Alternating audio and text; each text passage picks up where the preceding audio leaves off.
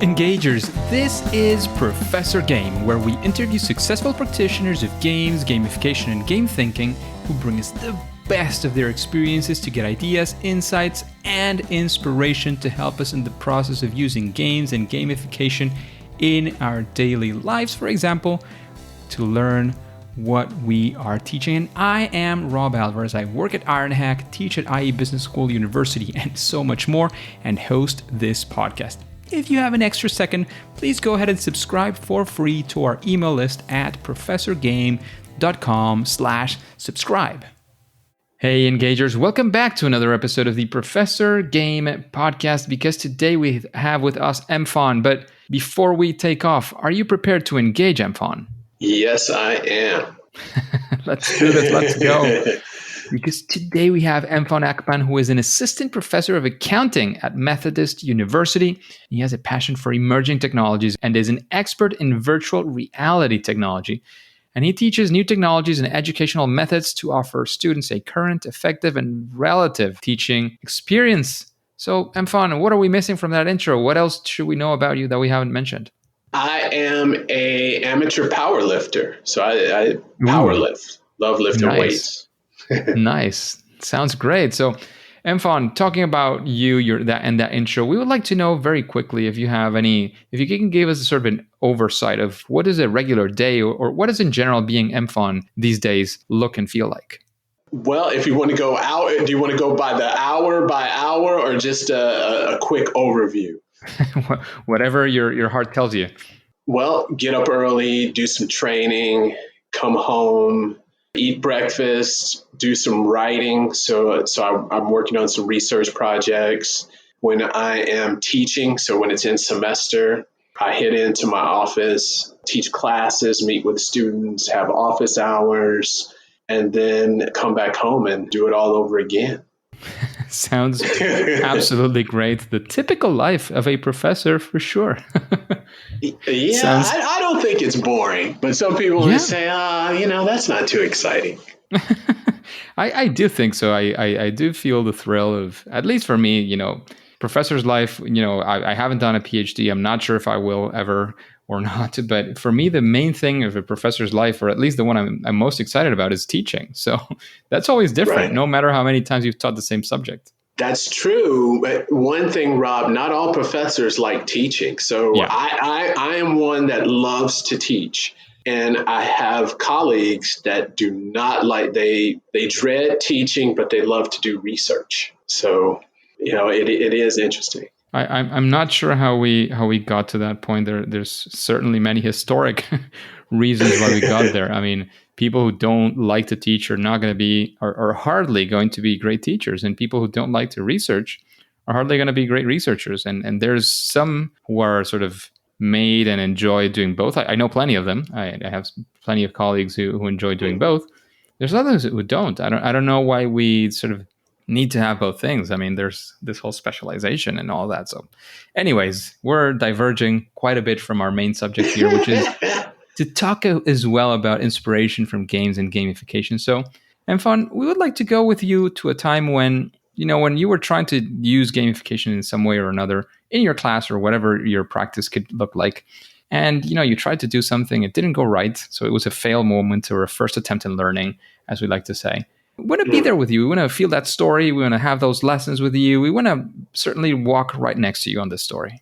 Yeah, I would say the failure was when we entered 2019. So when we were in lockdown with COVID, and I doubled down on using a platform called Verbella Frames. I'm not sure if you're familiar with that. It's if you're familiar with VR or the Metaverse, it's a Metaverse learning platform.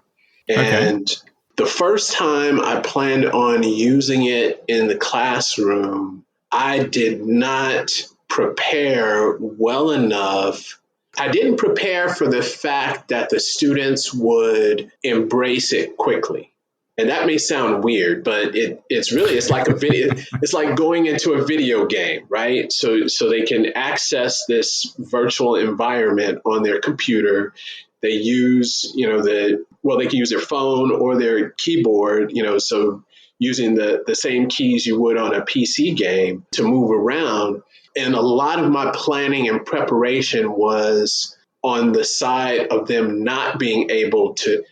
Basically, I was preparing heavily for them to have problems with it. And I over prepared for the problems, but I didn't prepare for the flip side. And the flip side was that within literally when I gave them the link to enter this virtual room, within, I mean, it was, I want to say less than 3 minutes, I've got like 30 students inside running all around in this virtual space. So I was, I guess, overwhelmed because I had to, and this may sound funny, but I had to manage the students inside of a virtual, they were running wild inside this virtual space, which I thought they wouldn't be able to figure out.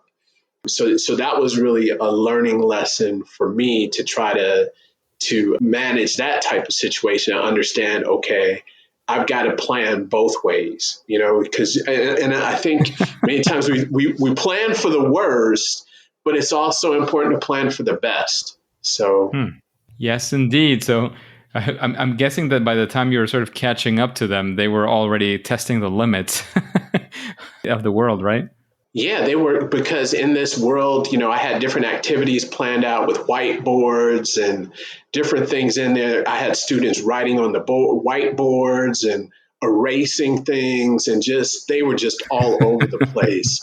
So I had to really backtrack and rein things in. So what that taught me was, number one, talk to the students some more. So I got a lot of feedback from the students, and understand your audience, understand who you work, what they're familiar with as much as possible, and plan for it could be that they'll understand it.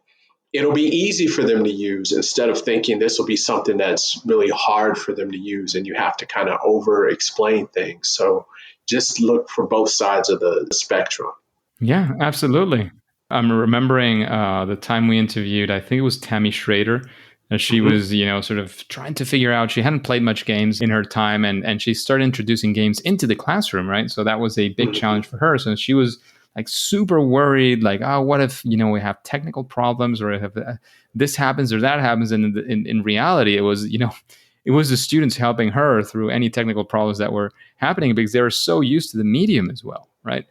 Even us, we can be relatively younger, or we might have had some experience with this. But, just the other day, I was, my cousin's daughters were at home, and we were trying to record this. I can't remember exactly what it was. It was something like recording the screen of the telephone in the same telephone, and I had no idea how to do it. She said, "Oh no, it's just this," and she grabbed the phone, and in less than a minute, she had already done it. And she had never taken my phone before. Literally, it's not like she was familiar with it. She just knew the way to do it, and she was great at it. Because again, they're sort of born into many of these technologies and many of these things. So we had to consider that side as well, as you were suggesting, Mfon. Mm-hmm. Mm-hmm. That's a really it's a really good point, and you have and that is a big consideration, because so a month ago I gave a presentation to other accounting professors with the same platform, Verbella Frames, and it was, there were so many problems getting into it. They had issues with this, and I had to explain. So it was a different dynamic altogether. But once everybody got in, they were able to kind of maneuver around. But they weren't used to it. And like you were saying, when I polled the students, I asked them, I was like, wait a minute, I thought this was going to be hard for you guys. And I talked to the students, they were like, well, no, it's just like a computer game. So to move around, to get in, to set everything up, is just like if we're playing a PC game. So you had a good number of the students, they've played PC games before, and it wasn't an issue for them to get in and to maneuver around in the system. The platform is Verbella, right? Virbela. Is that it? Yeah, Verbella Frames, yes. I didn't find the frames part. There's a verbella.com, which is what I found. Yeah, that's the main company. Their educational platform is called Frame. And the person, his name is Dr., if I'm not mistaken, Howell. He's a professor. If you go to framevr.io, you can pull it up. But the person who created this platform is actually a professor. And this was part of a project, I think an MBA project, and then it grew into a whole business, and then it was acquired by a real estate, EXP Holdings real estate company. So they have a Verbella, which is their virtual, it's a metaverse. So they have a whole world with an office space and office suites and a whole kind of conference room where you can give presentations. They lease space. So MIT, other organizations lease virtual office space. So instead of using Zoom, they use Verbella. So the employees will go into this virtual world with their avatars and go to certain offices that are being leased by their company to have meetings. On the education side, they have the FrameVR.io. It's a free, I mean, you can sign up for free. You can create your own, they call them frames, your own worlds or lessons or environments where you can have classes, lessons, students meet, etc. in this. I want to say VR, but I guess metaverse in your own metaverse world as an educational platform, which is pretty good. Interesting. Very, very interesting. I put definitely the references on the show notes. But Mfon, let's actually go for a situation where instead of, going for a first attempt in learning, we go actually for a success. One of those times where you did something you're proud of, telling that story. We want to, again, be there with you and maybe take some of those success factors. I'll just parlay on this example with I can give you two examples. With the Verbella frames, I think that was very successful, and it worked out a lot better than I thought it would. So as I mentioned, I failed with this, in preparing for the positive side of things, that the students would embrace it. And it worked out better than I thought it would, in the sense that I was able to ultimately engage students across platforms. And what I mean by that is, as we moved through the pandemic and as we started coming back to class, and we had something, we call it high flex. So what would happen, you would have maybe 12 students in the class, then another 20 on Zoom, and you're in the classroom. So I would use that platform to actually engage the students across those barriers. So what I mean, the students in the classroom would hop into the metaverse, and then the students at home would hop in the metaverse, and that would be a common ground for them to communicate, engage, do assignments, group activities. And that worked well. Number one, keeping the students engaged. It worked well logistically. And what I mean by that is teaching class. And at this time, I was at a different institution, and our classes were 2.5 hours. So to keep students engaged for 2.5 hours on Zoom or it can be a challenge, specifically if you have some who are there with you, and then you have students who are at home, and they could be in their dorm or in another state or somewhere. So this brought them together, and the feedback was very positive. So I think I would look at that as a positive as far as a game-based solution. The other thing is, before all of this, I used a lot of team-based learning. So splitting students up into groups, having different assignments. So mixing them up in ways that they normally wouldn't group themselves to work together in teams to come up with solutions and give ideas. So I think doing that is very important, because if you think about it, there's a number. I think the average person spends over 7 hours a day on media. I think it says 7 hours a day, 2 hours and something on social media. And then I think there's another stat, an hour and something. I think it's more for males. Males spend, I think, over an hour a day playing games. Females, a little less than an hour. But if you think about, you're spending so much time in media, it's hard to get students' attention. So by having these activities, one of the huge positive is that you've got the students engaged, meaning you've got their attention and they're actually present and with you and in the activity. With the Verbella Frames or the Metaverse platform, they're there. I see them moving around. I know their names. Something lights up. It tells me that they're there. They're moving around. They're doing the activities, and they have to click on on the computer. So they're in the game actually. So the game is the learning. So I think that's a huge, huge positive. Sounds absolutely great. Thank you for sharing those experiences with us. And Mfon, you've mentioned that you've done some of these things, and let's say that today somebody comes up and says, "Oh, I actually want to set up my own sort of metaverse VR experience for my classroom." What kind of a process of course, beyond the tech itself, because of course I'm sure that there's, the company has somebody to help people out or whatever that looks like, or tutorials and so on. But the process of the thinking behind it and how to integrate content or what to do, what not to do in the platform. How do you go about this? Do you have some form of process, some steps? How would you go about something like this? Yeah, that's very good. I think ultimately you start with the end in mind. So what are you looking to do? Is this going to be something you're going to use every class, or is it one time a class? Is this going to supplement? So decide on how deep into your learning this will go. So that comes into the planning. The other thing with the planning is when they're in there, my recommendation, it's got to be meticulous. You've got to kind of walk through, write up, figure out the activities, estimate the time it'll take to complete the activities. I typically over prepare. So if I've got 2 items or 2 things that I want them to do, I'll add a third just in case they finish faster, so we have an extra activity. From experience, right? Yeah, definitely from experience. And it's important because you've got to think about it. It's so, I guess hearing it is a little weird, but you'll have about 30 people and you don't want them all running amok in these environments and going off and doing different things, which may sound funny, but that's what would happen if you don't have it tightly organized.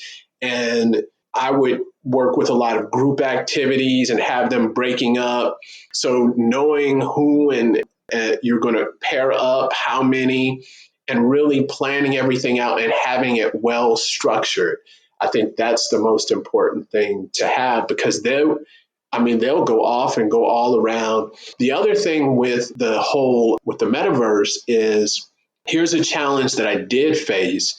There were some students that did not have, they didn't have good internet. So that was something that held them back as far as their connection to the platform. So plan for that. And my other plan for that is I would have those students, I would still run Zoom. So I worked out ways where students, if they couldn't join into the virtual world, they could still be on Zoom. I'm sharing my screen and they can chat with their teammates through Zoom chat. So also thinking about different scenarios as far as how your students might be impacted with the technology, as far as if they're at home. Now, if they're in the classroom in the school, then you'll know what your internet situation is at your institution. But I would say, to answer in one word, planning, structure is very important. There you go. Thank you so much for those recommendations, Mfon. Just a quick break before we continue with this episode. If you've been enjoying this podcast, I would really appreciate if you share it with your friends and family and on social media. On Twitter and Instagram, it's @RobAlvarezB and the hashtag ProfessorGame, all one word. And in Facebook, you can find the Professor Game page. Thanks in advance for your engagement.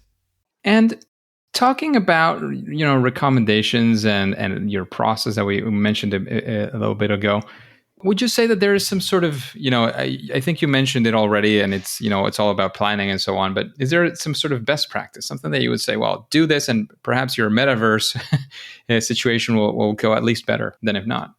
Yeah, I think the best thing is in my opinion, when approaching, if it's a game or if it's technology, don't do something for the sake of this is technology. Oh, wow, this is the metaverse.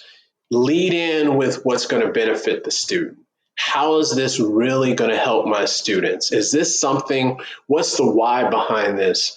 Why is this important for them to use this platform or to have this in there? What is this going to accomplish?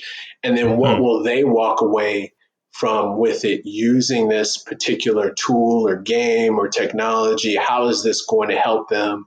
And what skills will they develop? I think that's and to tell them and to let them know, to let them know how this will help them. Fantastic. I wanted to add one story to that, which is a little bit, this ties into the pandemic. So if you think about in 2019, in fall of 2019, I was at SCAD, Savannah College of Art and Design in Savannah, Georgia. I moved there from Chicago to teach there. And I would have guest speakers come into my class via Zoom. So this is in the fall of 2019. Okay. So I would have them come in via Zoom to the students. I taught the students how to use Zoom. Most of the students never heard of Zoom. And a lot of them didn't want to use pre-pandemic, Zoom. Clearly. Pre-pandemic. But this is, and I think this is important. This is how fast things can change. Pre-pandemic, they didn't like Zoom, didn't really want to use it. And I invested, I told them this is important. This is something that's used. You may have an interview, you may have something. So at least you're getting familiar with this. So it's important you learn it. And that's why I'm spending the time. So again, explaining to them why.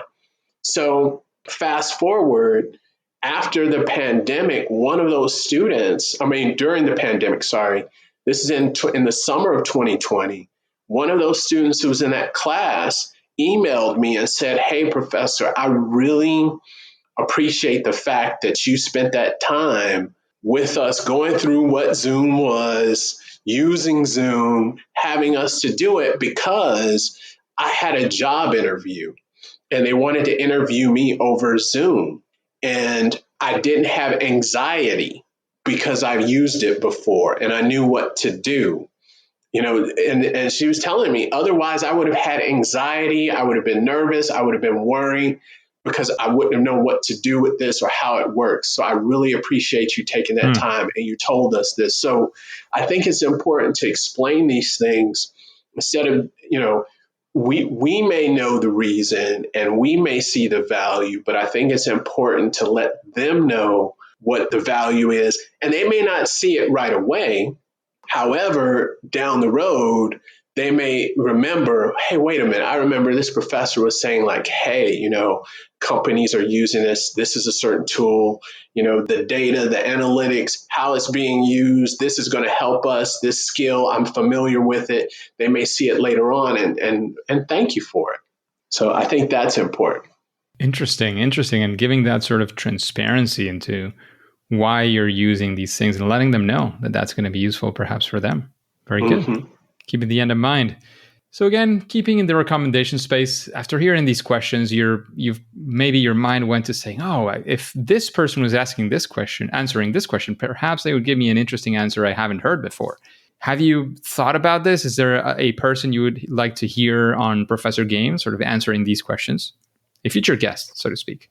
Oh, yeah. I know who. A good acquaintance of mine, he's actually in Spain. And I know I probably not saying his name correctly. It's Pau Guardolia. I always say Pau. He's the chief creative officer at UCAM. And we've done a presentation together on the Metaverse, on Verbella and spatial. But his job at that university is to incorporate and help professors to use the Metaverse in their classroom. So he'll set things up for medical student, where they're looking at body parts so he sets up different projects and environments. So I would love to, I think he would be a great person to have. Sounds absolutely fantastic. Thank you for sharing that. So Pau, I'm guessing it's Guardiola, maybe? Oh, Is that? yes, you say that much better than I do. I was wondering. I was not entirely sure if that would be the direction, but of course, I'm from Venezuela, so I speak Spanish since I was a kid. Uh, So that sort of gave me some instinct. And living here in Spain, you kind of get familiar with some of the last names. So I'm assuming it was that. Like, is it like the? I don't know if you've heard of the guy in soccer and football, Pep Guardiola. Have you heard of him? He was super no, famous God. leading the Barcelona team to the Champions League so many times. I'm guessing it's along the lines of that last name. We'll It's see. along the lines. It is. It's along the lines. Great. So, Mfon, talking about recommendations, would you recommend some book for the engagers to read? Maybe about the metaverse, maybe about gamification, or maybe just general inspiration along whatever lines you want to go for. Yes, there is a book from someone who I admire, Jeremy Bailenson. So he's a professor. I'm trying to think of the name of his book, but it is Experience on Demand. So he started a company, a virtual reality company they use in sports to help quarterbacks to throw better. But Jeremy Bailenson, his book it's called Experience on Demand, what virtual reality is, how it works, and what it can do. So I think if you're interested in the metaverse and in VR, I would recommend that book. And of course, I'm going to give a shameless plug. I would recommend my book, The Hitchhiker's Guide to Virtual Reality. And now that book is geared more so towards educators. So if you're a teacher, kindergarten to university level, and you're interested in implementing or using virtual reality as a game or introducing it to students, I give ways to do that. And in the book, and why I think it's important is that many times, particularly here, we may say, well, you know what, we don't have the money. We don't have the budget to get headsets or to get equipment or to get certain things. So in that book, there's different ways that you can low cost, no cost ways where you can introduce students to virtual reality or the metaverse, into that technology. So those would be two books I would recommend. For sure. I will definitely have your book in the show notes, and we'll have your recommendation for Jeremy's book. So, talking about these things, we now know who you would like to hear from. We now know what books you would recommend the engagers to read. How about you? What would you say is your superpower? That thing that you do at least better than most other people?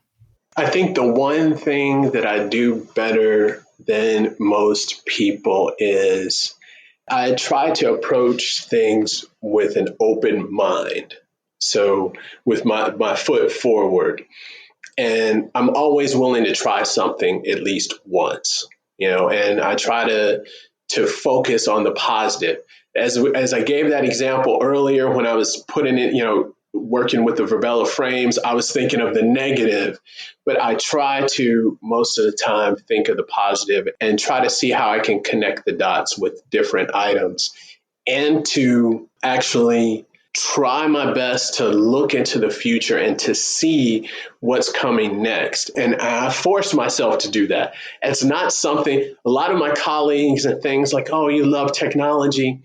I love my students and I love to do what's right for them. And what I mean by that is and I'm a university professor, so from an accounting professor, so I have to think, I get a freshman today or this year or in the fall, I've got to prepare them for what's going to happen or what's going to be in the world 4 years from now, because they're not going to be working today. They're going to be working down the road.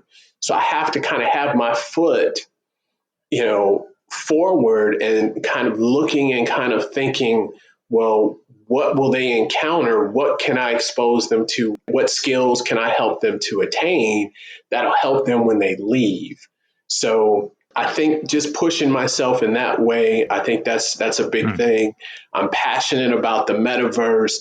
a lot of so when I wrote that book, I just want to say this. When I wrote that book, I want to say 2019, published in 2020, and technology changed. So if you read it today, the stuff that I'm talking about in the book, a lot of the headsets and things, it's not dated, but I mean, it's not obsolete, but it's old, because we didn't have Verbella frames, we didn't have spatial, and all of these other web platforms, they were not around at that time when I was writing the book. So this shows you how fast things change. And a lot of my colleagues were like, well, why are you writing this book? I guess I had a little, aha moment when Mark Zuckerberg said he's changing the name of Facebook to Meta and the Metaverse. Nobody asked me that question anymore. I was like, yes, when he made that announcement, and no one asked me that question on why did you write the book and why is it, why is this important? But I think that goes to show. So you asked about that superpower. It's a hard thing, but it's something to just keep pushing myself to kind of look at what's next and what's coming down the road. Fantastic. Thank you very much for that. So, Mfon, we're arriving towards the end of the interview. If there's anything else you want to sort of tell us, any final piece of advice, any direction you want to point us to as well, besides your book, where else can we find more about you and about your work before we say that it's game over? Oh, actually, no, we haven't asked you a very difficult question. Oh, we haven't okay. asked you, what is your favorite game? Ooh, that's a tough one. If it counts as a game, that what I'm usually, it would be a platform called spatial.io, another metaverse platform. So I'm usually in spatial.io, going to different rooms, going to different art galleries that are there. So it's a very interesting free metaverse platform where you can create meeting spaces, classrooms, but also you can travel to different rooms, different spaces that are created. You can meet people there. So I spend, if that's a game, I play a lot of spatial.io. I don't know. You're the one who plays it, so I can't classify it. I haven't played it myself. I don't know if you call it it's so, I go into these virtual worlds. So I'll go into Decentraland. So I'll go into the sandbox, but I guess you call it a game, but, and the reason I say that hesitantly, and it's a game because it's really compared to Fortnite. So I have students, I've gone into Fortnite and things, and people go in to just kind of hang out as well. You play, but people go in and kind of hang out in there. So I guess you can call it a game. So that's my favorite game, spatial.io. Sounds absolutely great. I'll check it out. And so where can we find out more about what you do, your work, of course, besides your book, which will be in the show notes for sure. And any final piece of advice or any final words you want to give the engagers? Yeah, I just want to say you can email me info@mfonakpan.com if you have any questions or need any help with anything. I'm always open to anybody reaching out and connecting. As far as the words of wisdom, just keep going. Keep working. I think one thing to realize, like I was given those numbers about, the average person spends 7.5 hours a day on media. That's conservative. And some estimates will say it's like 12 to 14 hours. And then you say, well, how is that possible? Because people multitask. I have students that say they'll listen to a podcast. They have Joe Rogan playing in the background. They get on their phone, they check Instagram, they do their work. So people are multitasking. So I think that gamification is very important when you tie it into learning, because that pulls you, it gets someone's attention. It gets someone attention, and it also gets them to, for a little bit, they may forget they're actually learning, so I think those are the things we have to think about, especially from the education side of things. That's just the way it is. And many of my colleagues may try to fight it and say, well, oh no, you have to do that. But you can't change the way that's just the way things are flowing. So I think work on meeting people where they are. I think that's the important thing. Brilliant. Thank you so much, Mfon. And if you want to find out about this episode, it's easy. Just go to the search bar and type Mfon, which is Mfon. There'll definitely be just one episode about this. Or if there's more, it's still with Mfon. So you'll definitely find everything you want to find about Mfon right there. Just professorgame.com, type Mfon, Mfon, and you'll find all of this information on the website. So thanks again, Mfon, for sharing with us all of your knowledge, all of your experience, all of these stories that you've also shared, all of those things that you've experienced by yourself and with others. However, at least for now and for today, it is time to say that it's game over. Engagers, it is fantastic to have you here, and I hope you enjoyed this interview with Mfon. How are you listening to this podcast, if I may ask? If you're using a podcasting app, whichever app that is, have you followed, subscribed, rated, whatever that looks like in that app? Have you done that for this podcast? Because if you haven't done so, I would ask you to please do so. That way we can reach more engagers like you and achieve our mission of making learning amazing. If you want instructions for some of the main podcasting apps, all you have to do is go to professorgame.com/iTunes. And remember, before you go on to your next mission, do that subscribe, that rate, that follow. All of these are options that are completely for free. And listen to the next episode of Professor Game. See you there.